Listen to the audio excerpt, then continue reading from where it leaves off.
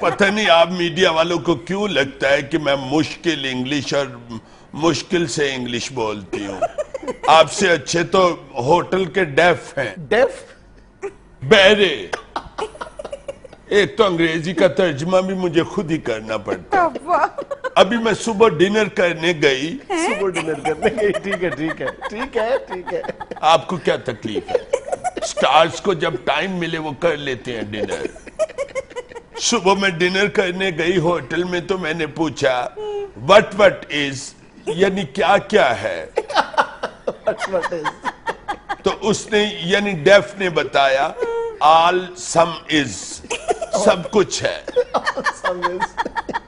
मैंने कहा head foot is, सिर पाए है। अच्छा। उसने कहा इज। मैंने कहा फिर लिया मेरा मुंह की बेखंडी है। जब मैंने 1 प्लेट खा ली तो मैंने उसे बुलाया, मैंने कहा एंड इज, Head is. और है। आगे से कहता है नो फिनिश। फिर मैंने कहा ब्रिंग 1 ओपन माइंडेड बोतल। ढक्कन खोल के बोतल ले आ। वो ले आया।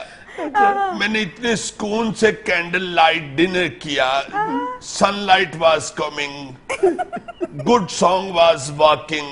बड़ा प्यारा एटमॉस्फेयर था होटल का। Song was walking. गाना चल रहा था। डेफ ने फिर आके मुझसे पूछा मैडम एंड सम, और कुछ? I said no handsome, go and bring the mathematics. Mathematics. साहब लेके आ। मैं की खादा है, मैनू नहीं याद रहंदा मैं की खादा है। ना मैनू ये याद रहंदा मैं की खादा, ना मैनू ये याद रहंदा कि किदा किदा खादा।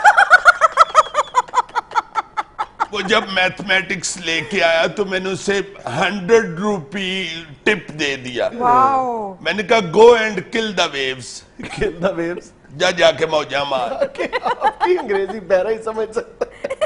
डोंट डू टिच कर, keep your work with work. अपने काम से काम रखे सर। आप इन्हें छोड़ें, ये बताएं कि मंगनी टूटने की वजह क्या हुई? वजह क्या होनी थी?